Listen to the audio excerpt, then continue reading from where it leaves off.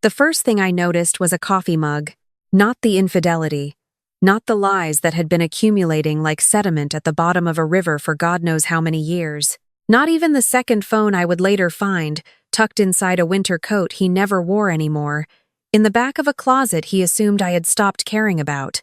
It was a coffee mug, pale blue, ceramic, with a small chip on the handle sitting in the dish rack on a Tuesday morning when my husband had supposedly spent the night in Dallas for a quarterly review meeting.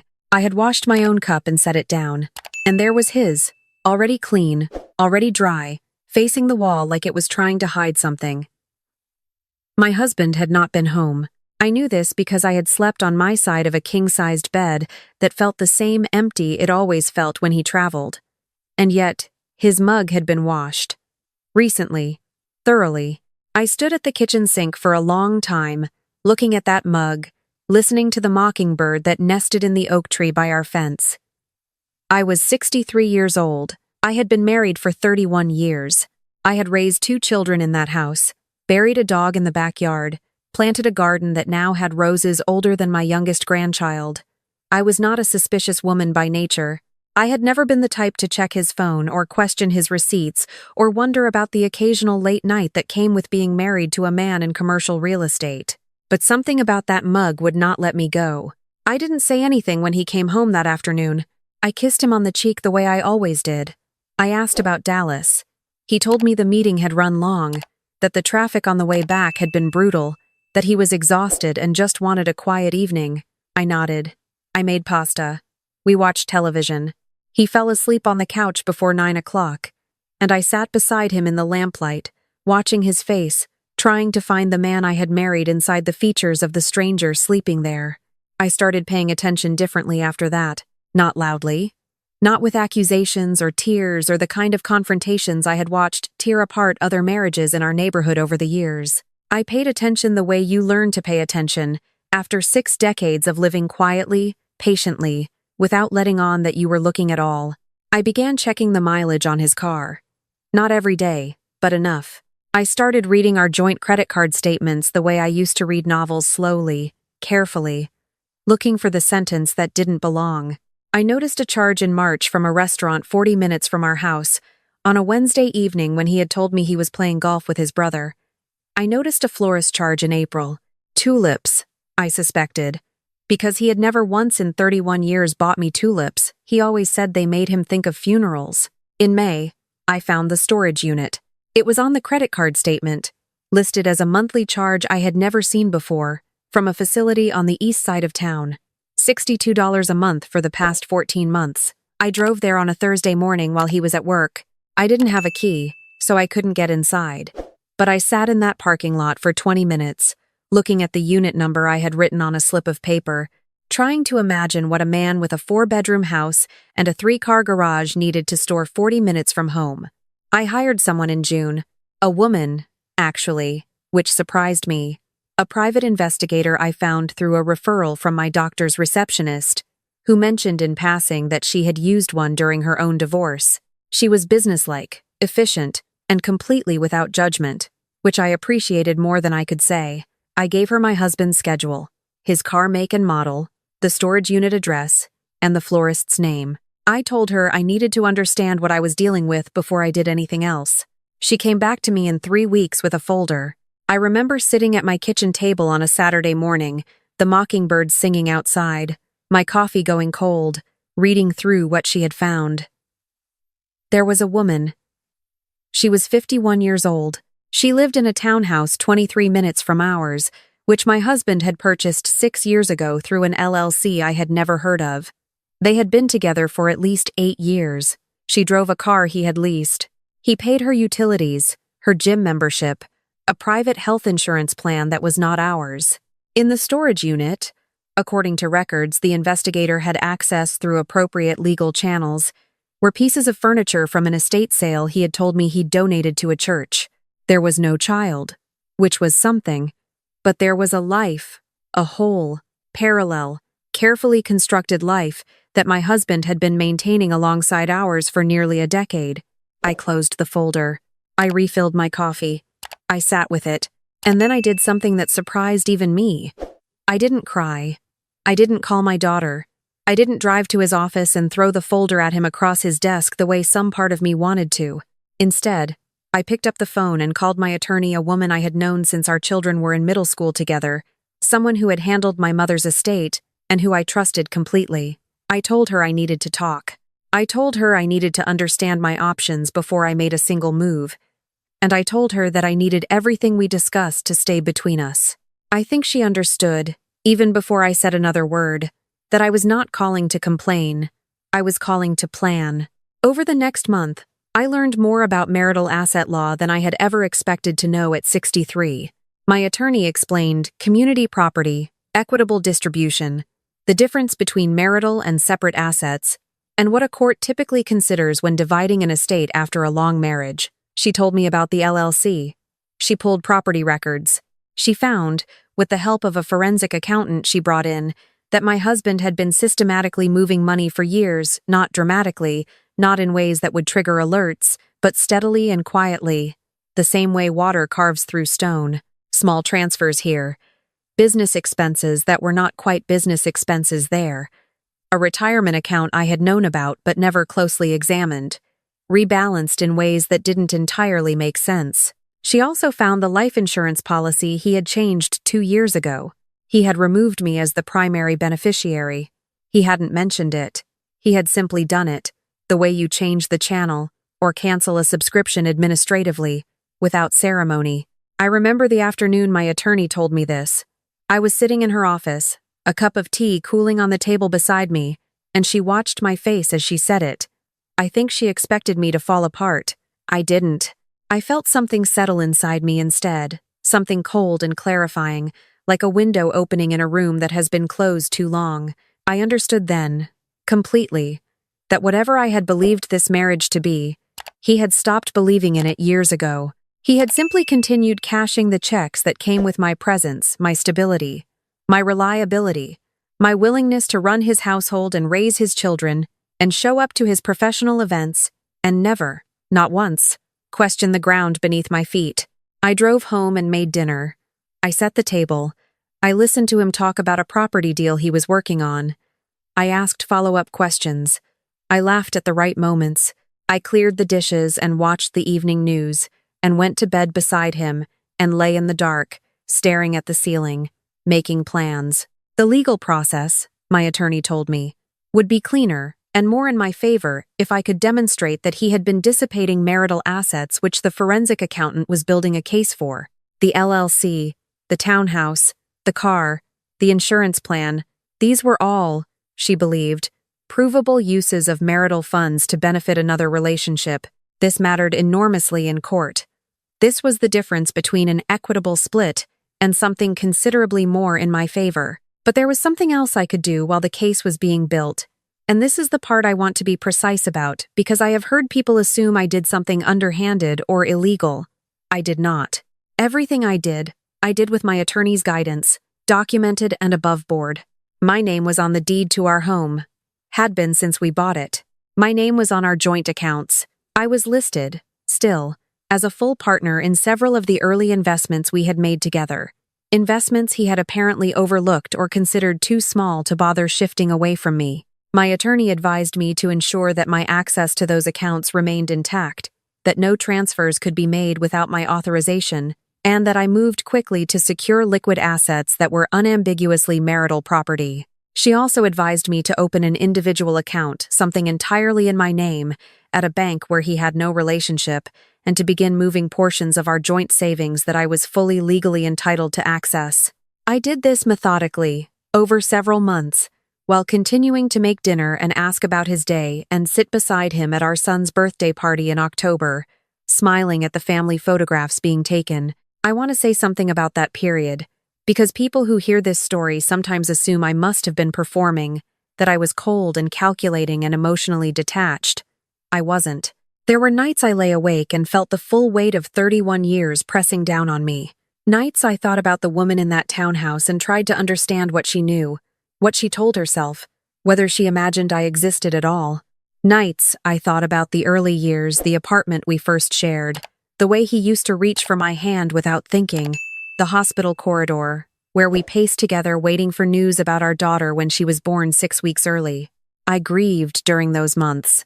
I just grieved quietly and privately, and without letting the grief make my decisions for me.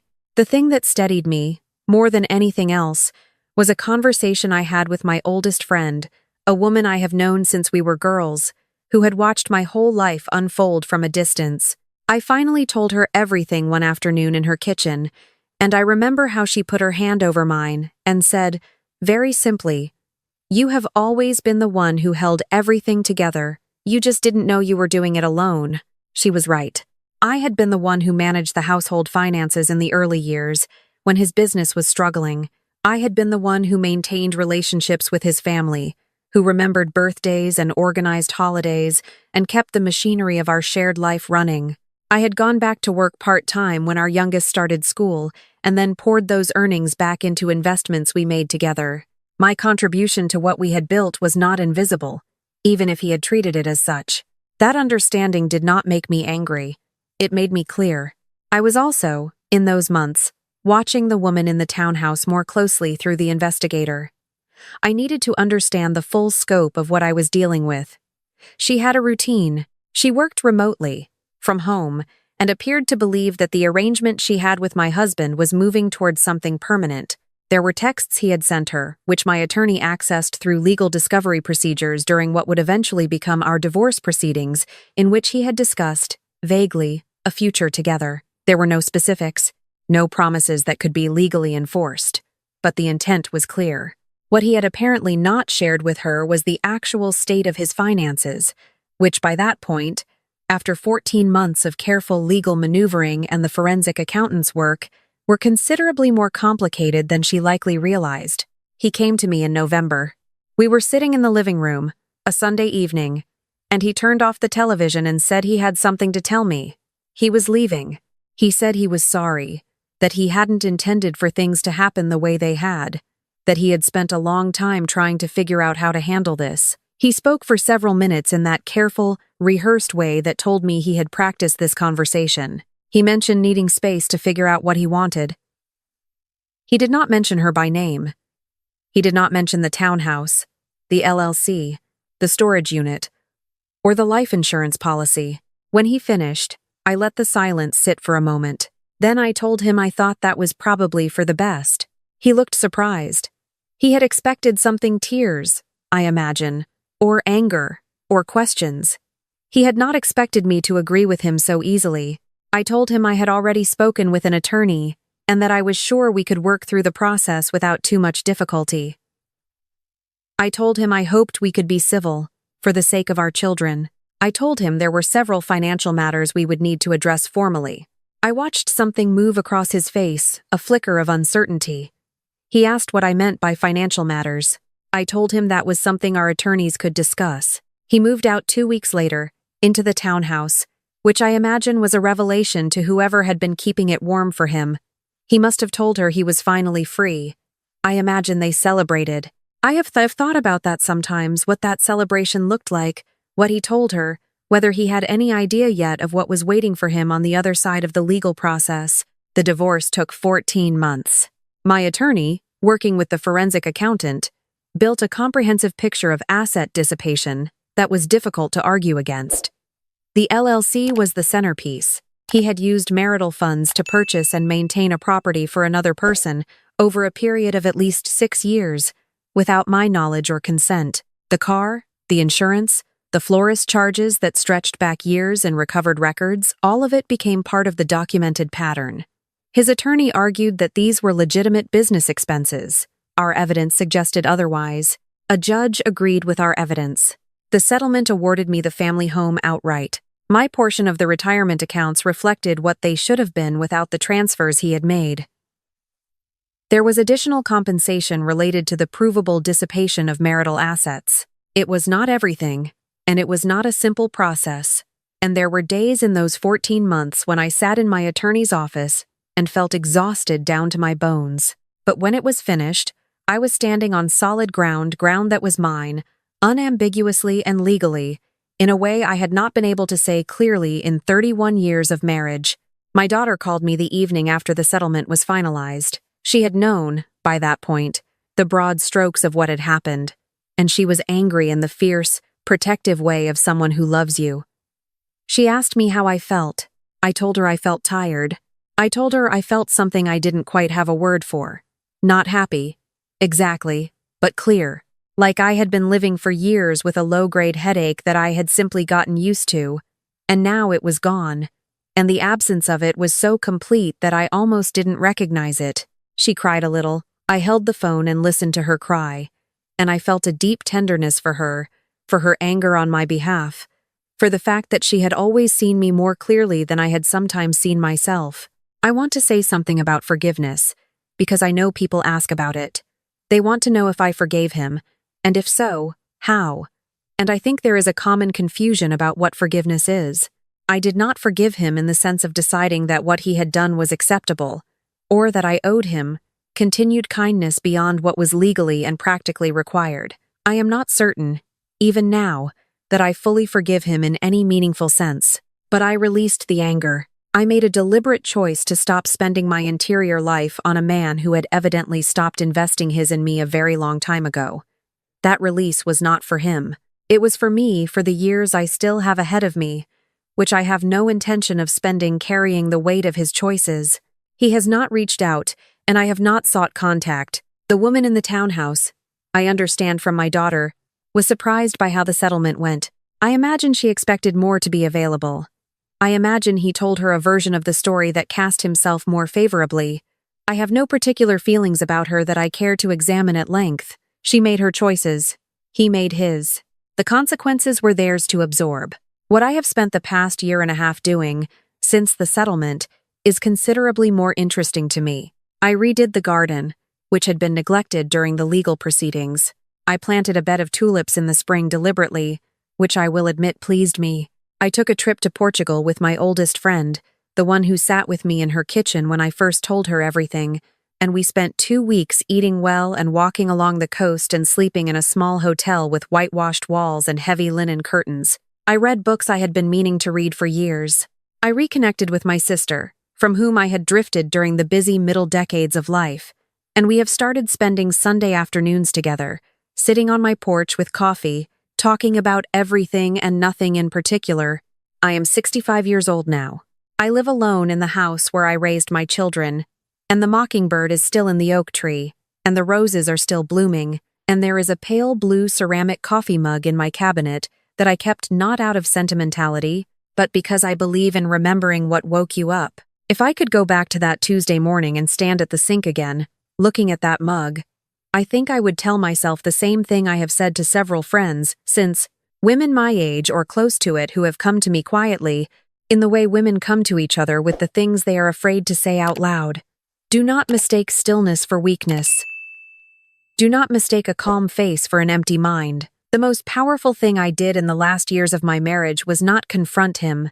It was decide, on a quiet Tuesday morning, to finally understand everything, and then move accordingly.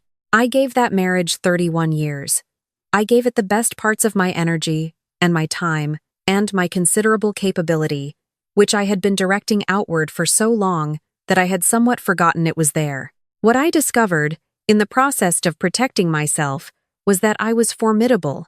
I was organized and strategic and calm under pressure and capable of making good decisions in the face of devastating information. These were not new qualities. They had been there the whole time. Running our household, sustaining our family, holding up a structure whose architect had quietly been planning an exit for nearly a decade. The exit was eventually his.